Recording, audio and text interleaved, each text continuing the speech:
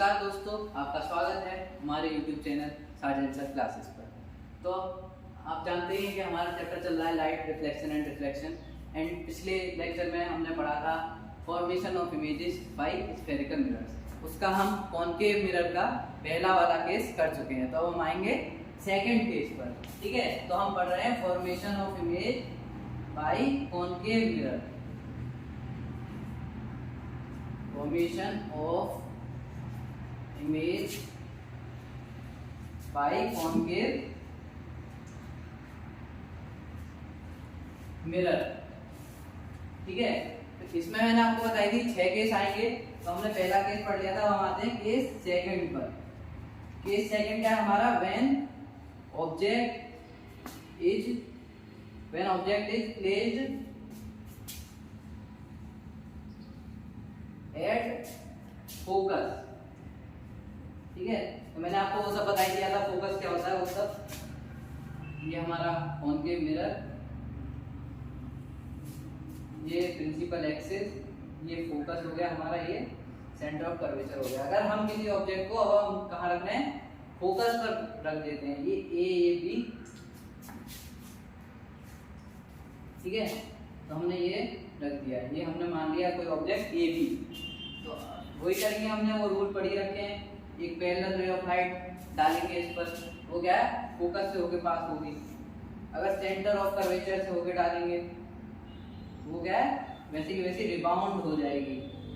ठीक है, तो आपको दिख रहा होगा ये जो दो लाइट आई हैं ये भी पैरेलल आई हैं, ये भी पैरेलल आई हैं। तो पैरेलल आई हैं इसका मतलब ना तो अगर तुम इन्हें पीछे भी एक्सटेंड कर दो तो ये पीछे भी कभी नहीं मिल पाएंगी, और आगे भी ये आप देख ही सकते हैं आगे जाकर ये कभी मीट नहीं करेंगी। तो ये कोई भी इमेज नहीं बना पा रही है। तो हम क्या मान लेते हैं कि ये काफी आगे जाके बहुत दूर जाने के बाद ये क्या है? आपस में मिल जाएंगी। यानी एक इनफाइनाइट डिस्टेंस कवर करने के बाद ये इंफिनिटी पे जाके मिल जाएंगी। तो जो हमारी इमेज बनेगी वो कहाँ बनेगी? इंफिनिटी पे बनेगी। क्योंकि आपने देखा होगा अगर हम मानते हैं कि कोई इंफिनिटी से ऑब्जेक्ट है, वो अगर रे ऑफ लाइट भेज रहा है तो वो क्या है? पैरेलल रे ऑफ लाइट भेजता है। तो ऐसे ही अगर पैरेलल रे ऑफ लाइट जा रही है तो हम मान लेते हैं कि वो इंफिनिटी पर जाकर मिल जाएंगी। तो ये इंफिनिटी पर जाकर मिल जाएंगी। तो इनकी प्रॉपर्टी क्या होगी? जो इमेज फॉर्म हो रही है उसकी प्रॉपर्टी क्या होगी हमारी? सबसे पहली इमेज कहाँ बनी? At infinity. ठीक है, इसकी पोजीशन क्या है? इंफिनिटी पे बनी है। इसकी सेकंड प्रॉपर्टी क्या है? ये देख लीजिए, बहुत दूर जा रही है और ऊपर से ये क्या है? एक्चुअल में मीट करेंगी। ये दूर जाके मीट करेंगी, लेकिन हम क्या मान रहे हैं? ये एक्चुअल में मीट करेंगी, क्योंकि ये पीछे तो मीट कर नहीं रही, तो आगे जाके एक्चुअल में मीट करेंगे। ये क्या है? रियल इमेज बनेगी। और आप देख सकते हैं ये प्रिंसिपल एक्सिस के नीचे जा रही है। प्रिंसिपल एक्सिस के नीचे जा रही है तो ये क्या बनेगी? इमेज इन्वर्टेड बनेगी। तो हम कहेंगे कि इमेज है रियल एंड इन्वर्टेड। ठीक है, रियल एंड इन्वर्टेड। अब देखिए तीसरा पॉइंट क्या है? अब देखो ये बहुत नीचे जाके बनेगी, तो यहां से लेके इसकी बहुत बड़ी जो है साइज हो जाएगा। यानी जो इसका साइज है यहाँ पर इतना था, वो बहुत दूर जाके जब ये मिलेंगी तो ये बहुत बड़ा साइज हो जाएगा। जब बहुत बड़ा साइज होगा तो क्या कहेंगे हम? ये क्या है? हाईली मैग्नीफाइड है। Highly magnified.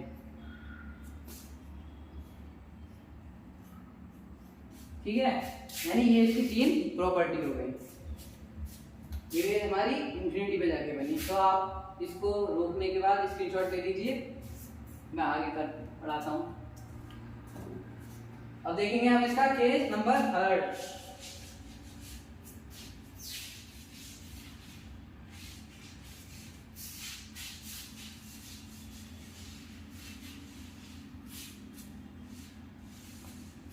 ठीक है, तो हमारा आ गया केस नंबर 3। केस नंबर 3 क्या है? When object is placed between focus and centre of curvature. ठीक है, यानी कि अब हमारा जो मिरर है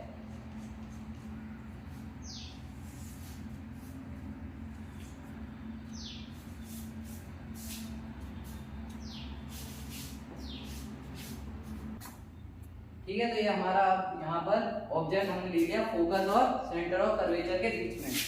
तो अब यहाँ से हम रे ऑफ लाइट डालेंगे एक पैरेलल, वो क्या करेगी, फोकस से होके पास करेगी, और फिर हम एक रे ऑफ लाइट इधर से भी पास करा सकते हैं फोकस से, वो क्या है ऐसे करके पैरेलल चली जाएगी। या फिर आप क्या कर सकते थे, सेंटर ऑफ कर्वेचर से पास करा सकते थे, आप दो रे ऑफ लाइट ले लीजिए कोई सी भी, ठीक है। तो यहाँ से ये इमेज कहाँ बन रही है, यहाँ पर, यानी ए डैश बी डैश, ये हमारी थी ए बी, ठीक है, ये पोल। तो यहाँ पर ये इसकी जो इमेज बनी यहाँ पर बनी, तो आप देख सकते हैं सबसे पहले कहाँ पर बन रही है, सेंटर के पीछे। तो हम क्या कहेंगे, इमेज कहाँ बनी, पोजीशन क्या है इमेज की, बियॉन्ड सेंटर ऑफ कर्वेचर। दूसरी चीज हम देखते हैं, ये एक्शन मीट कर रही है रे ऑफ लाइट, तो कैसी इमेज होगी, रियल इमेज होगी। तो यहाँ पर ये क्या बनेगी, रियल इमेज। और आप देख सकते हैं इसके ए बी ऐसे करके थी और ये नीचे की तरफ बनी है, तो ये क्या होगा, इन्वर्टेड इमेज, यानी ये प्रिंसिपल एक्सिस के नीचे बन रही है। इसे हम क्या कहेंगे, रियल एंड इन्वर्टेड।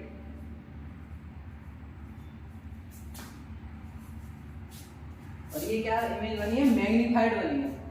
इमेज कैसी है, मैग्नीफाइड।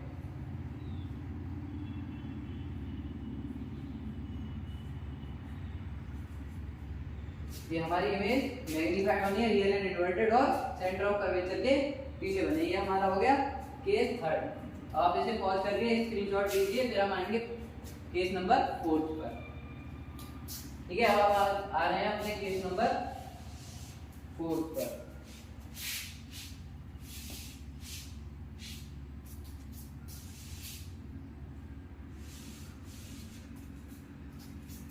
ठीक है, हमारा केस नंबर 4 क्या होगा, हम ऑब्जेक्ट को प्लेस करेंगे सेंटर ऑफ कर्वेचर पर। ये हमारा ऑब्जेक्ट कहाँ है, सेंटर ऑफ कर्वेचर पर। When object is placed at centre of curvature, तो इसमें क्या होगा, फिर से वही सेम प्रक्रिया आपको करनी है सारे केसेस में। दो रे ऑफ लाइट डाल के देखिए, ठीक है।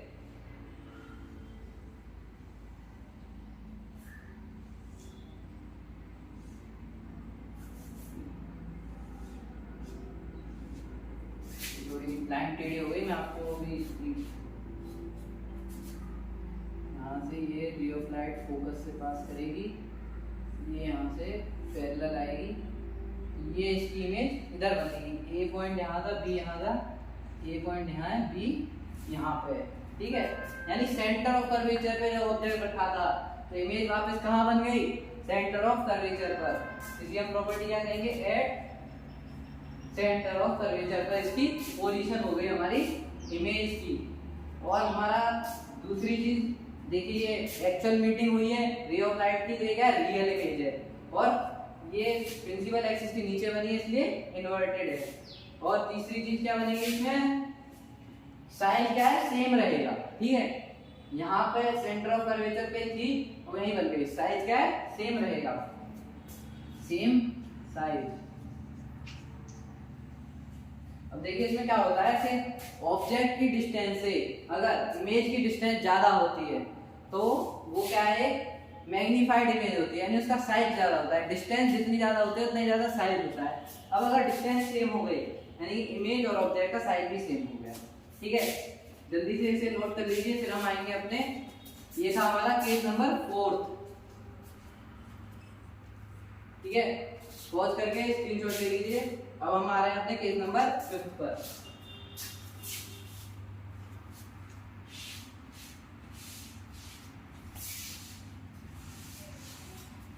ठीक है, हमारा केस 5 क्या है, when object is placed beyond C, यानी अब हम सेंटर ऑफ कर्वेचर के भी पीछे रखेंगे।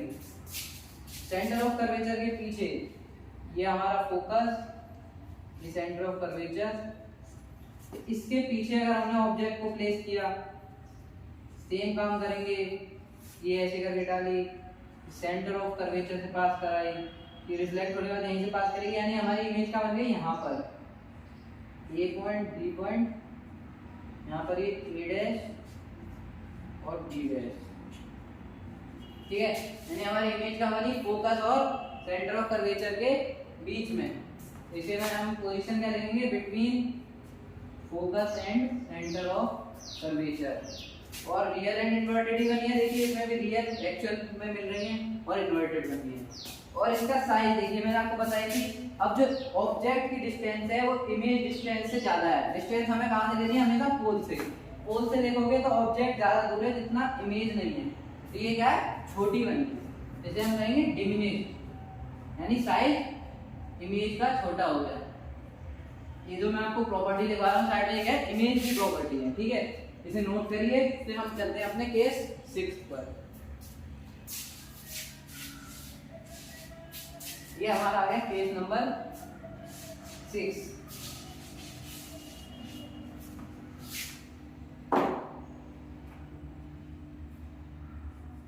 ये जब हम ऑब्जेक्ट को कहां रखा है, man object is at infinity. इधर इंफिनिटी का क्या मतलब है, काफी दूर। ठीक है, यानी इसके लिए ये यहाँ तक बस 1-2 मीटर के अंदर की डिस्टेंस होती है, लेकिन अगर हम रखते हैं 10 मीटर दूर, 20 मीटर दूर, तो ये इसके लिए क्या हो गई, इसके मुताबिक बहुत दूर है, तो उसे हम क्या कहेंगे, इंफिनिटी। ये हमारा कॉन्वेक्स मिरर।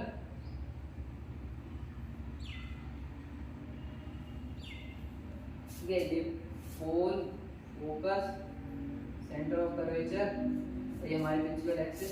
अब किसी मान लो इंफिनिटी यानी काफी दूर से रे ऑफ लाइट आ रहे हैं। अब रे ऑफ लाइट अगर दूर से आ रही है, कोई ऑब्जेक्ट है बड़ा सा, मान लो यहाँ पे कोई ऑब्जेक्ट रखा है, तो मैं आपको क्या बताइए, कभी भी इंफिनिटी यानी बहुत दूर से अगर रे ऑफ लाइट आएंगी तो वो क्या आएंगी, पैरेलल रेज ऑफ लाइट आएंगी। अब मान लो पैरेलल रेज ऑफ लाइट आ रही है बहुत दूर से, तो वो सारी की सारी कहाँ पर जाएंगी, प्रिंसिपल एक्सिस पे के पैरेलल जितनी भी रेज ऑफ लाइट आएगी। ये मान लो यहाँ पर कोई ऑब्जेक्ट रखा है बहुत दूर, ठीक है, इससे काफी दूर डिस्टेंस पर एक ऑब्जेक्ट रखा है, वो रे ऑफ लाइट भेज रहा है पैरेलल। जब पैरेलल रेज ऑफ लाइट आएंगी तो पैरेलल रेज ऑफ लाइट कहाँ जाती है, हमारी फोकस से होकर गुजरती हैं। ठीक है, फोकस से होकर गुजरेंगी तो हमारी जो ऑब्जेक्ट की इमेज बनी वो कहाँ बनी, फोकस पे बनी, और वो क्या बहुत छोटी सी बनेगी, पॉइंट साइज बनेगी। क्योंकि देखिए जो ऑब्जेक्ट है उसकी डिस्टेंस बहुत दूर है और जो इमेज है वो बहुत पास बनी है, बस इतनी दूर बनी है, तो ये क्या हो गया, हमारा एक बहुत ही पॉइंट साइज छोटी सी इमेज बनेगी। तो इसकी प्रॉपर्टी देख लेते हैं। तो हमारा इमेज कहाँ पर बनी, एट फोकस, और हमारे रियल और इन्वर्टेड बनेगी क्या है, इस तरफ एज बनेगी, बहुत छोटी सी बनेगी लेकिन इन्वर्टेड बनेगी, क्योंकि ये जो है आपस में रियल में मीट कर रही है, रियल हो गई और इन्वर्टेड, यानी प्रिंसिपल एक्सिस के नीचे है तो इन्वर्टेड हो गई। और तीसरी चीज क्या है, क्या हाईली डिमिनिश्ड, बहुत छोटी बनी है, हाईली डिमिनिश्ड। ठीक है, ये हमारे टॉपिक है formation of image by concave mirror. तो ये कॉनकेव मिरर के 6 के 6 केसेस थे, यही इसकी सारी पॉसिबिलिटीज है कि जहां जहां इमेज बन सकती है और उनकी प्रॉपर्टीज क्या होगी वो मैंने आपको बता दिया। अब आते हैं हम कि कॉनकेव मिरर का रियल लाइफ में कहाँ यूज होता है। ठीक है, तो आप इसे नोट कर लीजिएगा। अगला टॉपिक है, फिर जा रहे हैं हम अपने, अगला टॉपिक है हमारा यूजेस ऑफ कॉनकेव मिरर।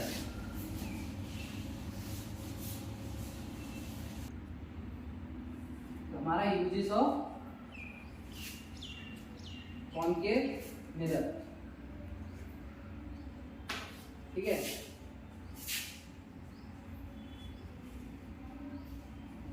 देखिए यूजेस ऑफ कॉनकेव मिरर कहाँ का होता है। हमारा सबसे पहला यूज है कॉनकेव मिरर का इन टॉर्च और सर्च लाइट,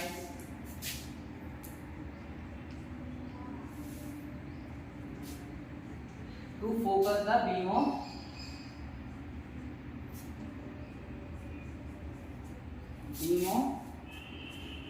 light।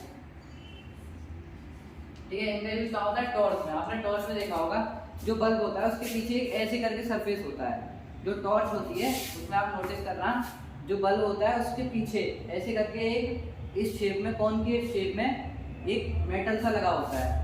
उसमें क्या होता है, लाइट उस पर पड़ती है, वो जो उसका जो लाइट करते हैं वो रखते हैं फोकस पे, यानी कि जिस तरह होता है यहाँ पर जो है सोर्स ऑफ लाइट होता है, अगर लाइट इस पर पड़ती है तो ऐसे ऐसे जाती है, क्योंकि हमें शॉर्ट से क्या देखना होता है, हमें सामने का ही तो देखना है। अगर पैरेलल रे ऑफ लाइट जाएंगी तो वो ज़्यादा दूर तक जाएंगी। आपने लाइट में देखा भी होगा, उसमें से क्या पैरेलल लाइट निकलती है। क्यों निकलती है? क्योंकि वो फोकस का रखा होता है।